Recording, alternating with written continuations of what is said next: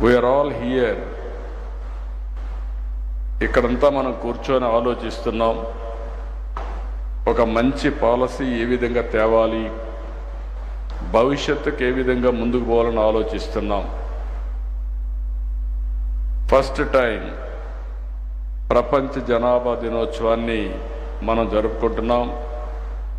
ఇంతవరకు ఒక మాటలో చెప్పాలంటే ఒక విధంగా అందరం కూడా జరుపుకున్నాం, కానీ ఈసారి ఫోకస్ పెట్టి ఈ కార్యక్రమాన్ని నిర్వహించడానికి కారణం ప్రత్యేకంగా భవిష్యత్తు ఏ విధంగా ఉండాలని ఆలోచించడం కోసం మనం ఈ కార్యక్రమాన్ని పెట్టుకున్నాం.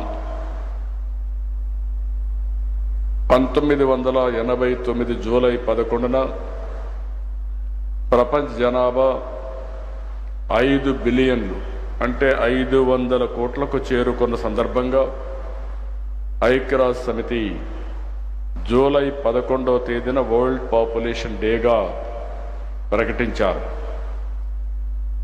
ఆ రోజు ముఖ్యమైన ఉద్దేశం జనాభా సమస్యని, సవాళ్లను చర్చించడానికి, పరిష్కారాలు చూపడానికి, మన భవిష్యత్తు అందించడానికి ఐక్యరాజ్య సమితి ప్రపంచ జనాభా దినోత్సవాన్ని నిర్వహించారు.